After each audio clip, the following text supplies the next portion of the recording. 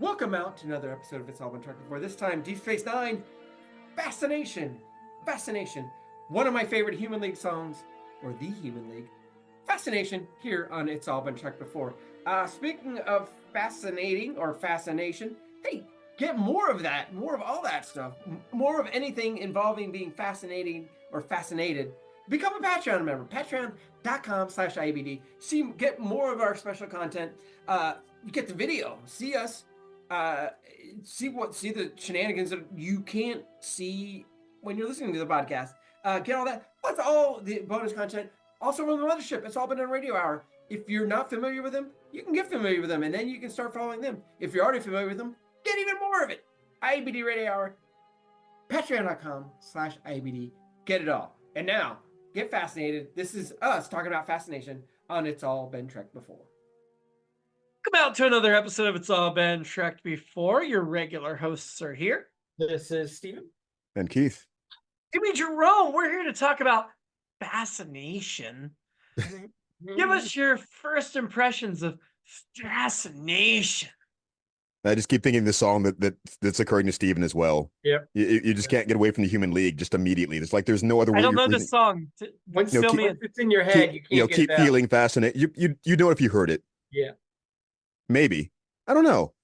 I mean, it could be just one of those age demarcation things where you just have to be like right on the cusp of it or something where this you were getting the heavy rotation on MTV, etc. But the episode itself, I was also surprised again by this. I guess it's a full blown guest spot, but still, just the reveal of guess who's here.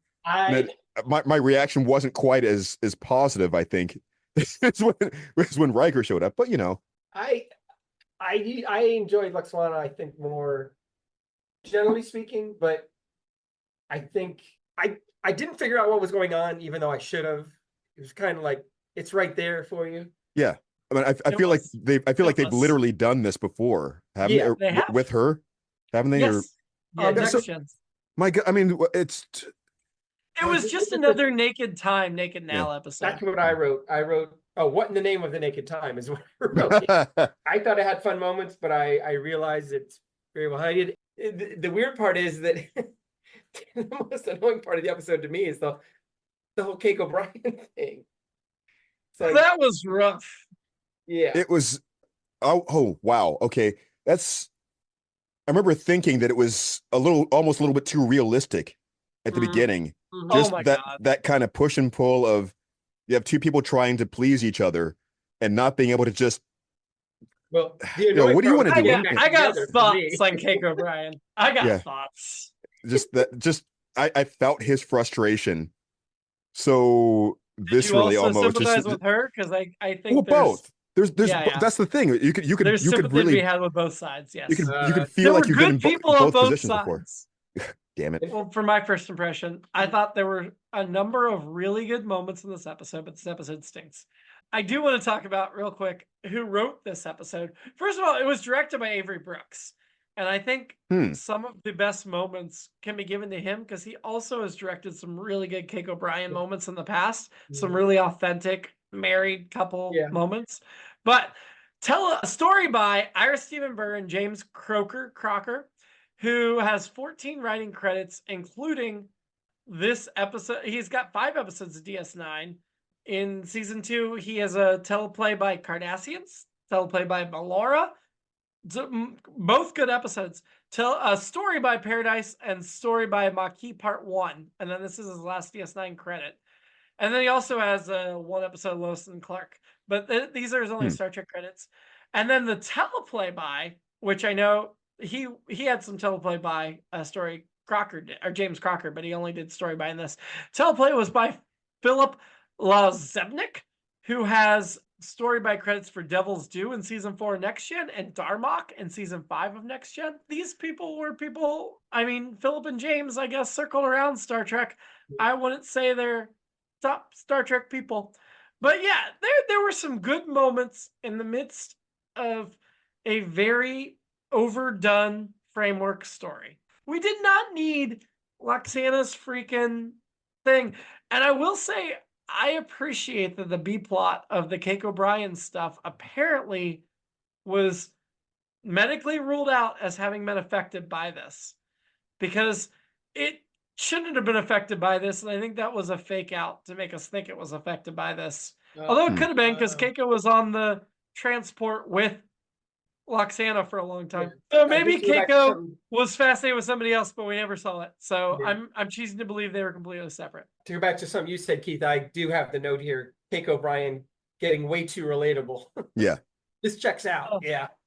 So yeah, the idea of being in the position where you're being pressured to tell somebody how to please you, and then the other side of like trying to just, I want to help you relax. I will accept that you want to relax. Just say that you want to do this, and but no, you won't let me do that. No, I'm just, That's the frustrating thing, right? Is that argument. Yeah. So I have notes about that argument because I feel like I've been in that argument before. And it's like, and I do have sympathy for the other side because she was worn out. She did have a puking child on a rough transport.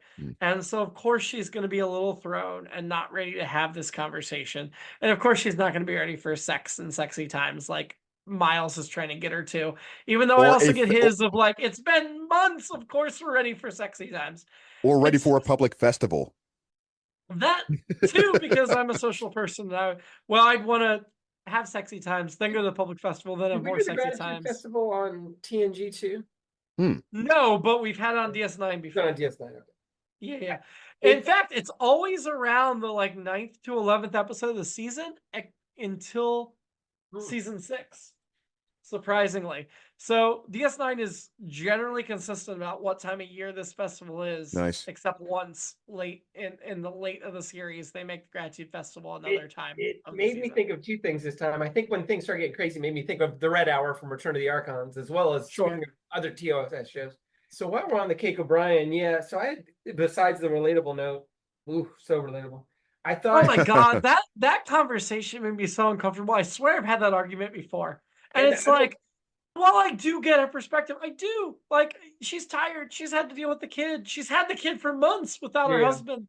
It's also like, can you not do that thing where you say, I'm tired, and he's like, okay, you want a nap? Oh, well, you decide. Well, then I decide this. Well, no, that's the wrong decision. That is wrong. If you want something, communicate clearly about what you want, because clearly Miles wants to help her and give her what she wants in this situation. So let him help you. He'll take the kid. You can nap. That's not a problem.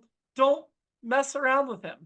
I don't know specifically what he said, but I just wrote, is this some of his ugliest things he said to her. Yeah, it just wasn't a good. Oh my God, it was. Oh, there's the very dangerous thing that he said about putting on something nice, I think it was. Yeah, he wanted to wear the red there's dress. a brief reaction. But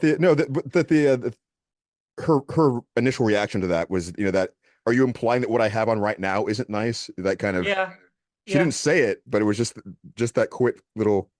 Well, and also I will say, when she says make the decision for me because I'm tired of making decisions, choosing for her to skip her nap and put on the tight red dress that he finds sexy is the wrong decision.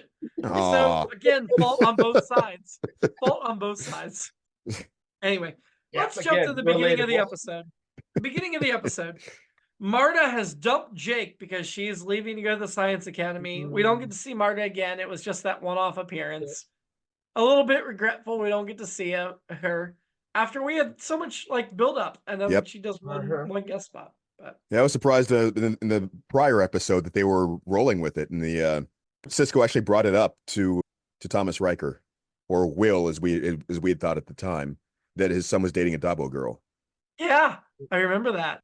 Just reminding us before they broke it off. I will say Jake has the most teenage line of the whole series, where he says, I'm going to go to the festival, but I'm not going to have any fun. That's so teenager. That's so teen. Keiko and Molly are coming to visit. O'Brien and Bashir have super bonded. I think I mentioned to you earlier this season or last season when they were doing the racquetball thing that they become besties. Clearly that has already happened off screen. As Keiko's been gone, they've become besties. and that will last through the end of the series. Bashir and Miles are like this now, and Keiko will never come between them again. Ozo's going to the festival, and Kira will make time for him. Mm. We've all been there, right? When we're Odo that is in love with a woman who has a boyfriend. And how freaking dare you, like, try to ask her on a date when she's got a boyfriend, Odo? You're out of line. I get it, though, because essentially from his dating history perspective, he's 13. He has no experience. Oh, Well, I don't know. I don't think it was a date necessarily. It was more like he's looking forward to spending time with her at the festival. They made it sound as though that was what was going to happen. And then she mentions, "Oh yeah, my boyfriend's going to be there. You can find me with my boyfriend who's also going to be there." He's like, "Wait, I thought he was going to," that kind of. I mean, technically you're correct, but the subtext of that conversation was, I have a major crush on you. Your boyfriend's not around. I'm going to spend time with you and I'm going to win you over. Odo's crush on Kira is very teenager-esque, and it will be for the entire length of the crush. But I also don't think that's the wrong way to characterize it, because Odo has no romantic experience, so it makes sense. yeah. I would disagree with that in the sense, only in the sense of characterizing it as being teenagerish, because people never outgrow that, from my experience. Oh, okay, that's a good point, Keith. You're not wrong there. I will kowtow to your. Although he's probably gonna be blindsided in a way that other people with more experience probably wouldn't. We get to the point where Keiko and Molly have arrived on the station, and we've never seen this reception area before. Usually they just disembark from the runabout or whatever right onto the promenade, but they've built this new reception set, which is different than, obviously, Next Gen has kind of like a hallway for the ambassador quarters or guest star quarters. It looked really cheap. The rugs and the couches in that area looked really cheap and awful. And worse than the decor, Keiko just sits down in the middle of the doorway because she's upset. There are people getting off behind you, Keiko. There are couches right there. Even if they're crappy couches, go sit on a freaking couch. Don't sit down in the middle of the walkway for everybody else. That immediately ticked me off to Keiko. It's why it took me till reflection after the episode to take her side on anything, because I was so disposed against Keiko from this scene where she sits in the middle of the hallway. Yeah, it was rough. Anyway, we also had the brief cameo of Lwaxana. We're like, is she the one that made Molly sick? Because Molly's sick. Is it possible kids have a different reaction to xanthe fever? Yes, absolutely. Hadn't even occurred to me. Never established in canon, had not occurred to me either, but I think Steven could be on the right track. To go back to, I think, something we said either at the beginning of the episode or last week, I wrote down these two notes back to back. Oh, Lwaxana, thank God. This is going to be fun, essentially. And then right after it was like, oh, Lwaxana. Yeah, Lwaxana episodes aren't usually fun. And it's not her. Here's the thing, like, Majel Barrett, and again, I already listened to the Greatest Trek guys, so I got to give them some credit for helping me to see the light. Yeah. But Majel Barrett does a masterful job, especially once they gave Lwaxana layers and made her story tragic. It used to be like, I'm the goofy, fun person that shows up and flirts inappropriately. Oh, But yeah. now you get, like, I'm the goofy, fun person that's hiding my pain by showing up and flirting. And then you're like, oh, I feel sorry for her. Like, she gets so invested in Picard. She gets so invested in Odo, and they don't reflect her feelings back. And she deserves to have her feelings reflected back. And Majel Barrett does a masterful job acting these episodes. Yes. Yeah. Good. Please disagree with me. No, I'm defending Majel here.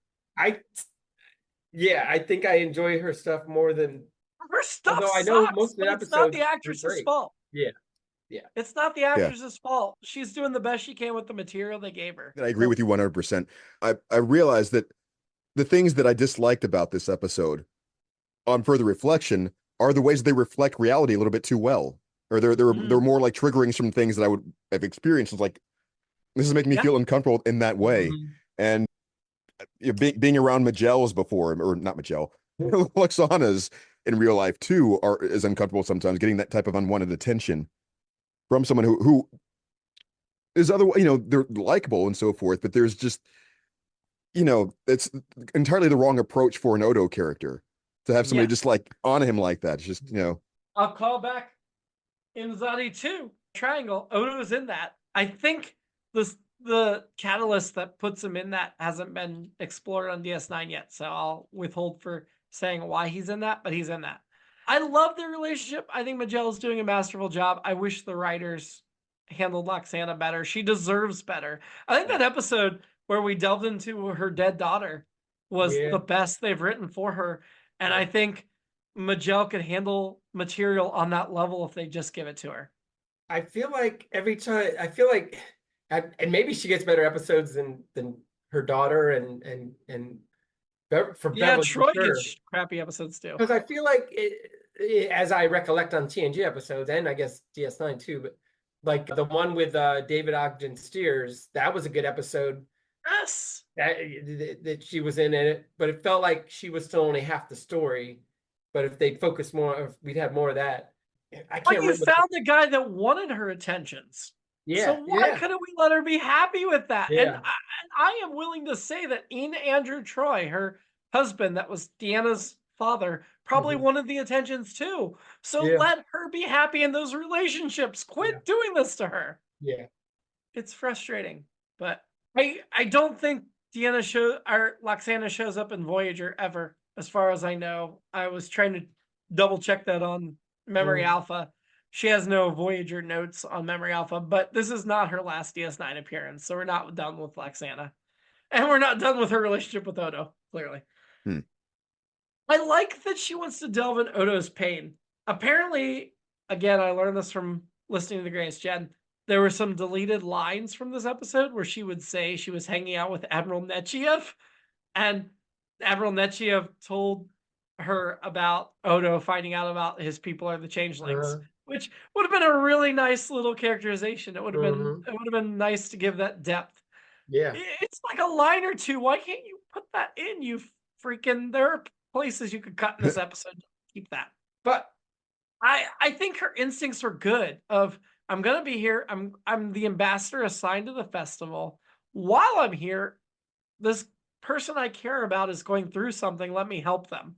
And my sympathy was totally with her at the beginning of this episode. Yeah. There's a line in here, my next note, where Bareil says, Wynn's been a pretty good Kai. And I know this goes back to the thing I said last week about villains of the series. But I was really like, oh my God, are you brainwashed already? I don't like this. And then he insults Dax as unpredictable. And I did not like Bareil in this episode. Because before he goes crazy, before he has the crush on Dax, he first of all tries to divide Kira from her best friend, which is toxic and disgusting. He also says he likes Wynn's leadership, which is also toxic and disgusting. I hate Bareil in this episode. I appreciate why they put him in this episode. I get why he's part of the mix. But yeah, frustrating. Again, not Bareil's last episode. Thank God, because I think I would hate that character if this was the episode we got to know him in. I had him as my shady. My annoying is a different thing. I guess he could be annoying too. But. Yeah. I get that, because my shady, we'll get to it, is Wynn, because he says she's a great Kai, and I'm like, oh, she's playing him. Yeah. Even though Wynn doesn't appear in this episode, she's my shady, because I really struggled to find a shady in this episode. Good. Yeah, me too. Miko wants to nap. She makes O'Brien decide. Oh my God. It's going to be a bad night no matter what. I got it. And I got so uncomfortable because I'm like, I've been in this situation. Whatever you say is wrong. And I hate it. I hate it so much. I feel like I know everybody's different. Some people are more logical than others. Some people are more emotional than others. I feel like I'm a pretty good balance.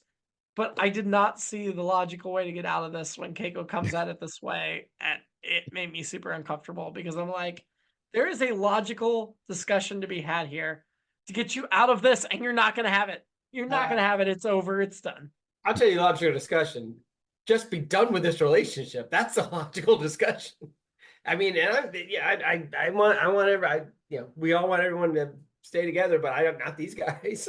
You sound like the greatest Gen guys. They always thought that relationship was toxic, even through all the Next Gen episodes. Yeah, Hmm. They rarely show Miles and Keiko in a healthy, loving relationship. Yeah. And that's in both shows. Yeah. It's just hard for us to root for them when we Mhm. never see their happy times. Yeah. And I know we want conflict, but still, you can have good times too. There's I plenty do of think it might- shows where we root for the characters, even though there's conflict. It might have helped if Rosalind Chow had accepted the offer Yep. to be a lead on this show. And I'm Yep. not blaming her, Right. but if she were around week in and week out, as they offered to her, Yeah. I think they would have written more episodes where we saw just scenes where they were happy together. But Mhm. because you only get her when there's story for her, you're Mhm. always bringing her in just for conflict. Yep. Hmm. And that's going to last through all 7 seasons. I'm Mhm. sorry to say. Like, we just have to take on faith that they have a happy marriage, and we just don't see it. Kira lights the torch. I feel like that fire's all fake, right? In every scene we see fire, I know CGI was brand new, but I feel Yeah. like it's CGI or some trick photography. Whatever. Yeah. Yeah, they all get way too close to the fire for that to be real. Mhm. Also, I noted in this scene where Kira lights the torch very Olympic style. Mhm. I said, did Barial and Dax just exchange a look? They already have Barial like eyeing Dax in the inappropriate way. Let me give you a little behind the scenes that's going to color your opinion on the rest of this episode. Rick Berman, who took over Star Trek from Gene Roddenberry and ran it through the end of Enterprise, but has not been involved in New Trek. He's been accused, not legislated one way or the other, of being creepy towards Terry Farrell and always asking her to dress in sexier costumes and act sexier. He doesn't do it to Nana Visitor. Interesting. But he does it to Terry Farrell, and Terry Farrell has been on the record publicly of saying she was very uncomfortable with the way she was treated. And I find that disturbing and frustrating because I think DS9 did a lot better at writing women than Next Gen. But I also think they wrote Kira far superior to Dax. And I don't know if Rick Berman just wasn't interested in women with short hair and decided to leave Kira alone, not a visitor alone, and fixated on Terry Farrell, who was next model. But now every time I see Dax in a sexy costume, I'm like, oh, I know she wasn't happy about this. This is frustrating. Yeah. It makes it all creepy and awful. And I'm on Terry Farrell's side in this. It's awful. Sorry, I bring that level of stuff into it. But No, it's good to know actually. Talking about, yeah. Well, not proven one way or the other. Nobody else, as far as I know, has ever accused Rick Berman of being a creep besides Terry Farrell, but it sure sounds like he was to her. along those lines, I didn't do enough research on this, unfortunately, but maybe Do your own research. Yeah. Well, I was curious, like, if the actors had a good time with this episode or not a good time. Because on the one hand, it's like they're good-looking people and they hang out with each other all the time, and not everyone's Fleetwood Mac or whatever. On the other hand, it could be the thing of like, well, we're good friends, so I mean, you're at the end of the day, you're actors or whatever. But as a viewer, I'm like, all right, now we're making out. But as an actor, I think it could come both ways. So I was curious, like, I do think they mostly had a good time. I think Rosalind Chow acting shocked in the picture that Patreon viewers are seeing is her having a good time. I think she's having fun with it. You're right. Yeah. I will say. And she does look great in that dress. Good job, O'Brien. Absolutely. Oh yeah, it is the red dress. It's absolutely. Funny. I absolutely had a coherent thought that I completely lost while I was talking about that.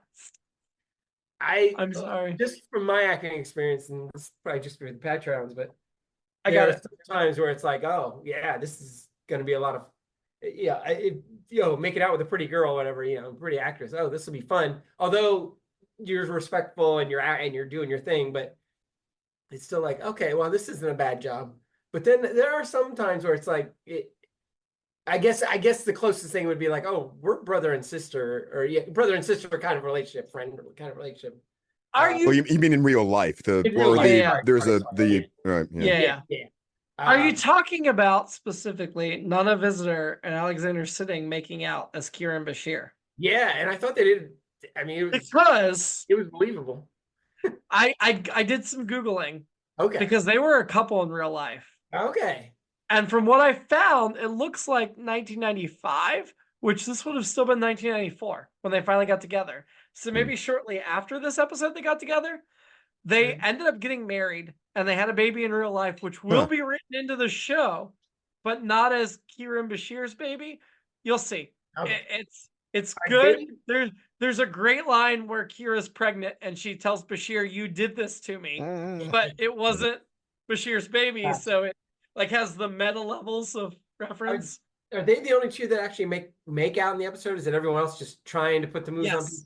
Okay, Yes. then that makes total sense. And I don't think in real life they were a couple yet, but shortly after this, they became a couple. Wow. Okay. So, well, yeah, I've had that happen too. maybe making it on set contributed to that. But they were married for several years and had a child together. During the run of this show, they broke up, I think, slightly before the end of the show. Okay. So they didn't stay together the whole run. But yeah, they had several years of marriage and a child together. And Nana Visitor in recent times is on the record of saying, "We have a special bond. I don't regret the marriage. I don't regret the child." Yeah. Like, it was an amicable split as far as I can gather from Googling and public statements, which you never know what was real in real life. But it seems like it was a very loving relationship and amicable split. Despite the fact that his uncle killed Kirk. Oh, right. Jake definitely caught Lwaxana's headache, and then he goes straight for Kira. So by then, I already knew what was going on, but by then I was like, oh, it's really obvious. That was when I went from 1 to 100. I was like, oh, snap. I love the Odo Lwaxana dancing scene where she said, or he's like, "We're not dancing." She's like, "Oh, we're swaying." That was so cute. I actually really like them as a couple, and I wish the show had pursued that a little further. And then Dax catches the headache. The performers, the one guy with the balls was really interesting. Everybody else seemed like a regular performer, but the one guy with the balls seemed different from what we're used to. Keiko doesn't wear the red dress. Want to wear the red dress. I'm like, that conversation went downhill fast. Glenn dealing with Jake's crush, I thought, was pretty good fathering. There are parts of this episode where he doesn't seem a great father. Yeah. But I do think when he's trying to calm Jake's crush on Kira down, that scene was pretty effective. Along those lines, I thought Quark's advice to O'Brien wasn't actually much worse than what O'Brien's plan was. Yes and no. His description of what marriage is like in Frankienar. We just make our women naked and we don't let them hold jobs. That wasn't the good part.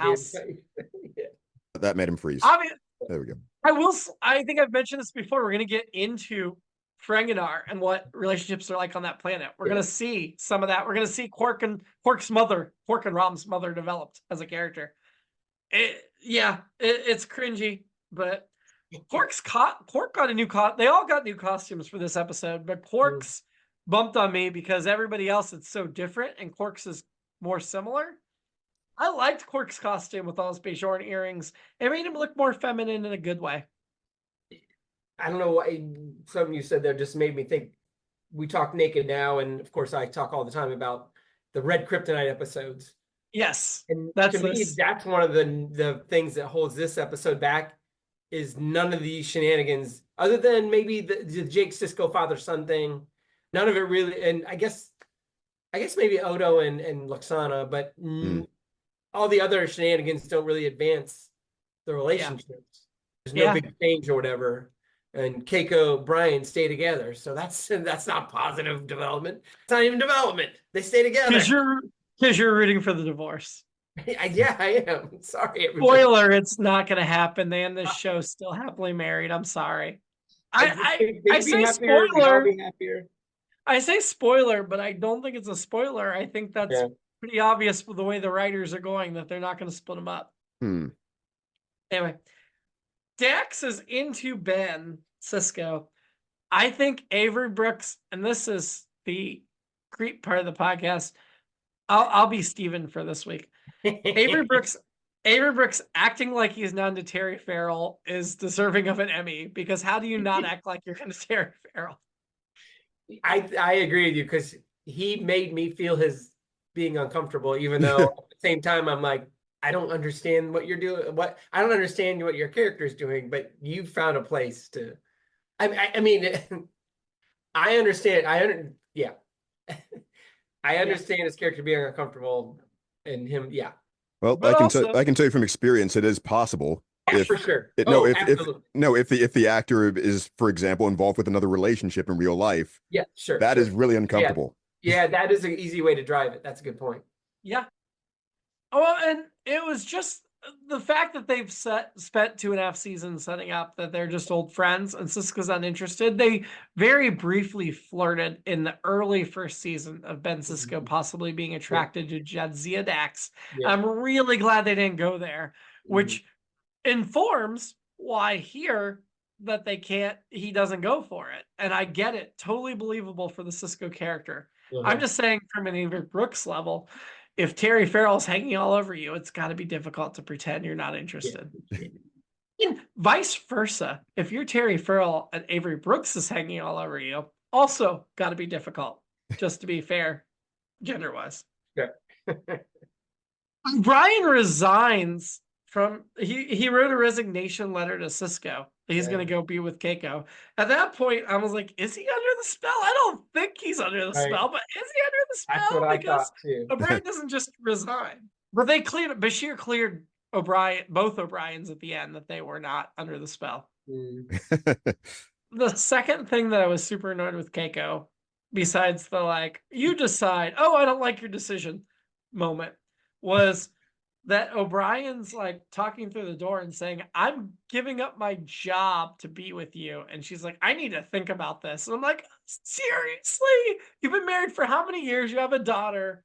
He is expressing everything to you. If she really doesn't want to stay in the marriage, they'll want to think about it makes sense.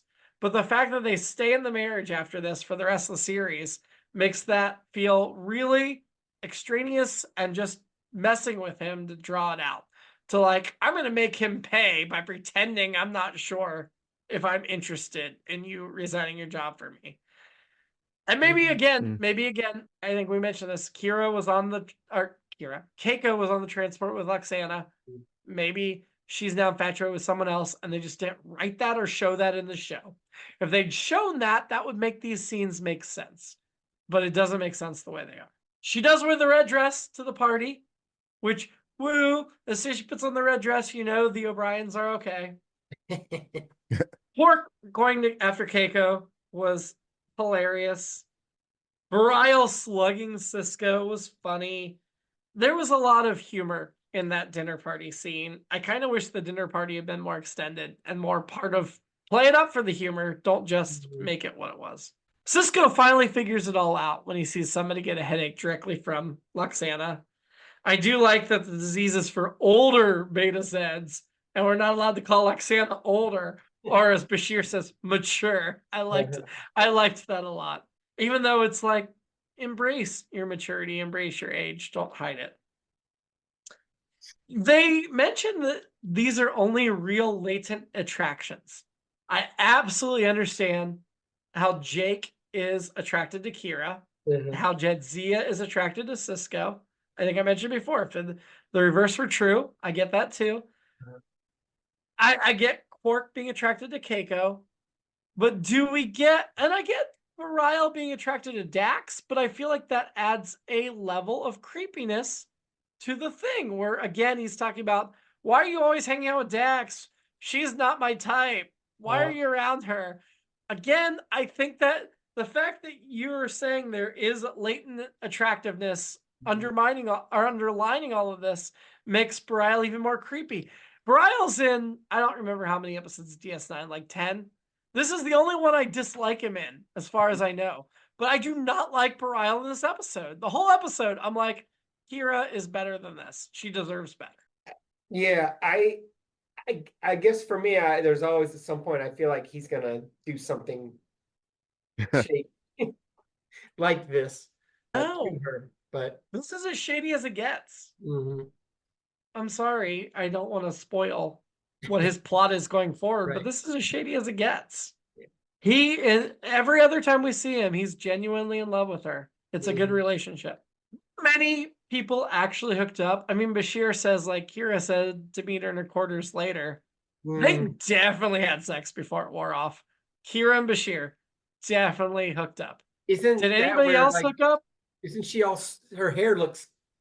Isn't that her hair's all kind of sweaty and everything? Was that Her off-duty hair. It's a Yeah, little messier. yeah. Do you think anybody else hooked up off screen before this episode ended? I mean, O'Brien and Keiko obviously did because Yeah, makeup sex.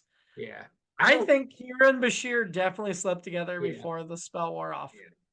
Anybody else? Or I don't think so. And everybody else see, stayed that's the platonic? thing that I then Red Kryptonite. What happens because of that? And Right. how does that impact other people? Yeah, kind of a thing. I So- wish they'd followed up with the Kira Bareil hookup being like, Kira Bashir hookup that Yeah. Bareil gets jealous or whatever. Yeah. They don't ever follow up with it. But I think Kira and Bashir definitely slept together before this wore off. Yeah. Lwaxana is insightful about Kira and Odo, where she's like, I'm used to being attracted to people that are attracted to me. Mhm. Well, definitely hurts, but also furthers the Odo plot line of he's got a major crush on Kira, which will be played out more. It's not forgotten. It's Mhm. not a latent thing that they're going to mention again in season 7 and forget that it exists. It is a ongoing plot arc that Odo's attracted to Kira. O'Brien's cleared of being affected, and then I do like the end where Bashir shows up and Keiko's left. And even though he's complaining earlier about, oh, I guess, because she's gone, we play all this racquetball, he shows up with the rackets. And I think I mentioned to you that O'Brien and Bashir are besties in this series. Yeah. And we got a whole bunch of flashing of them in early seasons. And they got one episode where it seemed like they might be friends, but we're still kind of at odds. And now all of a sudden, they're besties. And they're besties from here till the series finale. That happened off screen. But I don't hate it. I really understand why it wasn't on screen. And I also understand the arc. And I like it. I like that O'Brien's got a buddy while Keiko's off station. Because Keiko's going to be off station for most of the other Mhm. 4.5 seasons we have left. So I love their bromance. Mhm. I think it's right up there with the top of the bromances on Star Trek. And now we're fully solidified from here on out. If Keiko's not around, just assume O'Brien and Bashir are hanging out and becoming besties. Except when he's having dinner with Gul Dukat, or not Gul Dukat, with our other favorite Cardassian. Will Levesque? Yeah. No, on the station. Yeah. On the, Eric. Garrick. Yes. Yeah. Oh, you're talking about Yeah. Bashir and Garrick. Oh, that's a romantic relationship. That's not friendship. No, you laugh. I'm serious. I'm 1000% serious Yeah. that I think Bashir and Garrick had a sexual relationship that they never explored on screen. And several of the writers have said that's what we intended. Yeah. They just couldn't do it in the 90s. Sure. So I think we need to take as canon. You can disagree with me. I think we need to take as canon that Bashir and Garrick were sleeping together through the run of the show. And I do think Bashir is genuinely bi. I think he's attracted to women as well. Every story that comes up where he's attracted to a woman, and there will be more past this point, I think are legitimate and genuine. I think Garrick tells him it's just friends hooking up and doesn't want to commit to a romantic relationship, and Bashir keeps himself open to romance. Bro. Because Garrick is that guarded personality that's not going to commit emotionally. But I think Bashir's already committed emotionally to Garrick. When we get to the final season, we may have to have the discussions if my theory is correct or not. Yeah. But for the next few years, there's nothing to dispute my theory openly. And I am rooting for Garrick and Bashir behind the scenes. I want them to have been a romantic relationship. I think it's beautiful. I love it so much. Any other notes before we rank? My alternate episode, comes up often in these kind of episodes for that matter. Just the skin, and it's the 90s. It's just the Skinamax version of this episode. So see, I wrote, and I didn't talk about it yet. My alternate episode is the porn version. yeah, It's actually hooking up, It's pretty much a match. and someone gets pregnant, and it lasts beyond this episode. Oh, there you go. Which I know in porn, you don't generally like have pregnancy and last. But if you're making a legit canon episode of Deep Space Nine that's porn, somebody gets pregnant and it goes beyond. Although these days that is a plot element, I'll just say that. Well, it just depends on what state Deep Space Nine takes their laws from, if they're allowed to deal with that That too. appropriately or That not. too.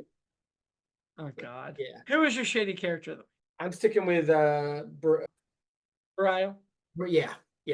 I'm Win because she convinced Barile that she's a good leader. Even though we didn't see her. That's some shady crap going on. My shady character is the same as my annoying for the same reason. And this is why I was waiting to even bring this up, because it's from the note. It would be Lwaxana.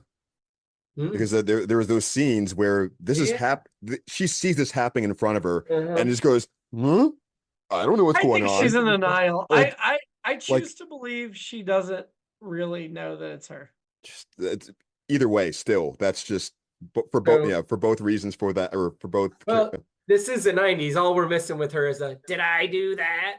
Yeah, it's what, like, those, I saw those little expressions on the character face. I'm like, come on. I get why you're saying it, Keith. I genuinely choose to believe she didn't realize she was doing it till she was confronted at the end. I do get it though. Gotta go Keiko, and I'm sorry for Miles because they both were annoying in their relationship stuff, but her saying make a decision and then not liking his decision, which granted he made the wrong decision, but then also her like listening to his confession of I'm giving up my job my whole life for you, and her being like, I need to think about this.